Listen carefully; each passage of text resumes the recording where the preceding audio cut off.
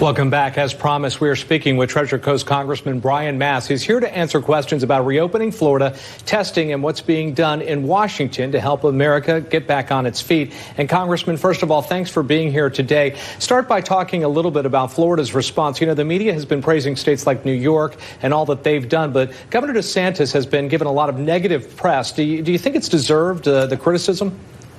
No, I think really the praise should be on Governor DeSantis versus many of these other states. You look at the numbers, you make comparisons of population versus how many cases that we've seen confirmed versus what we've seen gone on in different nursing homes versus the way that you see our state going out there and resuming commerce and opening back up. I think there's a lot of praise that goes to Governor DeSantis. We don't sit back there and boast of our laurels. We try to learn from any mistakes that were made and always try to do things better each and every day. There's mistakes in every state and things that fell through the cracks, but I think he's done some yeoman work. And Congressman Mast, you've been vocal about the need for Congress to do more. Do you think that Congress should be, discussing more? What are your thoughts on that? David, that Congress should be discussing more. I'm in Florida right now. I'm headed back to D.C. in just a little while, a couple hours here. But we've been out of session. We saw, a little while ago where the Paycheck Protection Loan Program went underfunded for an entire week, caused great disruption. These are things that happen because Congress is not in session. It could be totally avoided, and it's ridiculous that it's not avoided because we should be there working with the urgency that the American people need it instead of, unfortunately, the urgency that Nancy Pelosi is not seeing the need for. Well, as it pertains to the Treasure Coast in South Florida, what do you think are the biggest needs right now as we go through this pandemic? Here we are now reopening the state, but there are still a lot of people who don't have jobs or paychecks. I think you pointed to it right there very perfectly. My office is responding to calls all day long from individuals saying, listen, I need help getting through on the unemployment website, or I got through 4 weeks ago, but I still haven't heard anything from that website, or what's going on with the difference between the CARES Act unemployment or the state unemployment, or do I need to reapply? So I think those are the biggest concerns, really. Are there the jobs out there for people? My office, we do a virtual jobs fair every single day where we try to find literally every job that's within driving distance of our community. So if somebody's calling and saying, listen, I need help with the unemployment system, we try to help them with that. But we also try to tell them at the same time, what is it that you like to do? What did you lose your job doing? Hey, listen, we heard about this job out here at this location or this county or this city or you name it that, that might be a good fit for you given what you do. So we try to help on both ends. All right, so obviously there are a lot of people who in this state have a problem even filing for unemployment. We've had some questions about the website itself here. Do you think that's something that needs to be investigated, how that was able to be put together and the problems that we've had?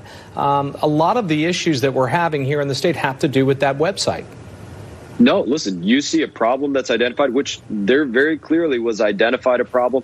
I remember when there was the changeover between the previous director of the state's unemployment program, the Office of Economic Opportunity, about a month ago, and a new director came in. And when that new director came in, he put out a tweet that to me was jaw-dropping. The tweet said that they had about 830,000 claims at that time when this tweet came out. And at that time, they'd only processed about 30,000 when he sent that tweet. And that was a staggering number to hear. I couldn't believe it myself. And that showed you that, wow, this is how lagged behind the system is. This is why people are getting booted off the system, not getting responses, things like that. Yeah, absolutely. It needs to be looked at, it needs to be fixed, needs to be figured out how that never occurs again. But more importantly, we got to figure out for each individual how we make sure that they're getting the assistance that they need right now so that they can go to the grocery store, get the things that they need, and also find the work that they need. And keeping on the same topic, what do you think of this latest package put together by Congress? Do you support it? Do you think that it's going to help Americans, or do you think there's a lot of pork barrel in that? No, there's always a lot of pork, unfortunately, in what's going on today. You see these wish lists that are going on. It's not a bipartisan thing, effort that's happening here. Basically, I haven't been contacted at all, nor many of my colleagues, about any of these packages that have moved forward in the last couple weeks. We get a call from Speaker Pelosi saying, basically that we're going to come back to Washington, D.C.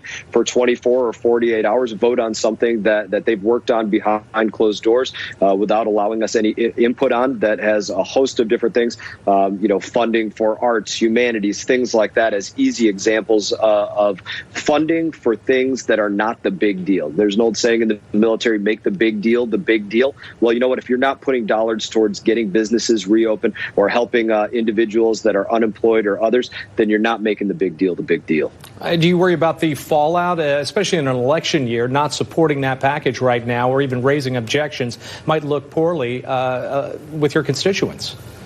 No, not at all. Because you look at what's going on in each individual bill. These bills are designed where they'll try to take one thing and put it in there so that later they could run some political ad and say, oh, so-and-so voted against this one thing. Well, they don't want to tell you that within that one thing was 1,000 terrible things that nobody should have ever voted on, but they don't put that in the political ads. So I don't worry about it all. The job is about doing the right thing. And you mentioned about the virtual job fair. I mean, is there really anything for those who are watching out there who are still struggling to get by? Any other resources you would like to say that's available? Listen, anybody in our community, email me, BJM as in Brian Jeffrey Mast, bjm@mail.house.gov. Let us know if you need help with the unemployment system or if you need help finding work. I'm very, very serious that we scour the community asking people if they're hiring one person or a dozen people. We put it up on our website. We describe the jobs. We break it down by the different sectors. And when people call into our office looking for assistance with unemployment, we try to help them find that transition to the next career, whether it's with a sheriff's office or a property appraiser's office or some office within Palm Beach, Martin, St. Lucie County with private employers, A1 trusts, pool companies, you name it. We're finding them out there. So if somebody wants to go to work, we can give them those options. Have you had a lot of phone calls and emails into your office about this? Every day. My office, whether you're talking about the folks in Washington, D.C. or the folks that are down here in Florida, we are all hands on deck dealing with phone calls relating to unemployment, CARES Act, state unemployment, economic injury disaster loans, the Paycheck Protection Loan Program, or the state's bridge loans program. That is almost entirely what has encompassed our time over the last 2 months, is that and looking for those jobs almost exclusively. All right, moving this along, you've been very critical of China and their responsibility for COVID-19. You even sponsored a bill that you introduced a couple of weeks ago. Paint the picture for us. How responsible, how can we keep them accountable, if you will, for what has transpired here in the past 2 months? Very difficult to keep China accountable because it's not like they're going to pull out a checkbook and say, listen, okay, United States of America, what was the cost to your economy? Let us cut a little check for you guys and try to cover that. It's not likely to happen. They're a bad player in many instances with intellectual property, with the way that we saw them handle the coronavirus in very purposefully hiding it from the eyes of their own people, the eyes of the World Health Organization, the eyes of every single country across the globe, was what really allowed this to spread in the way that it did. So they're a bad actor. They're not going to go out there and just volunteer to pay for everybody. This is where we've said, listen, we should be encouraging every country to hold any bit of debt that China may hold as liable for the costs that have been ensued within each individual country. I think this is something that every country should go out there and look at, since China, like I said, undoubtedly, they're not going to start cutting checks. There's a lot of conspiracy people out there who think this was all orchestrated. Are you one of those people that buys into the idea that they were stockpiling medical supplies, things of that nature, knowing that this was coming? So I sit on a China task force. I sit on the Committee of Foreign Affairs, very specifically deal with Middle East, North Africa, Asia as subcommittee work. China has been stockpiling things, no doubt. Whether this was a specific effort to design something to go out there and purposefully hurt other countries, to include the United States of America, is certainly something that will be looked into. But I'm not going to sit here and speak to something that I haven't seen any specific proof on. All right, Congressman Mast, we will be right back in a few minutes to continue our interview, and we'll be right back. Perfect. And welcome back. We are speaking with Treasure Coast Congressman Brian Mast, answering your questions. And Congressman Mast, a lot of parents talking to us and students who are just graduating, this season, many of them missing out on some very important life moments. And so what's that message that you would like to say to them?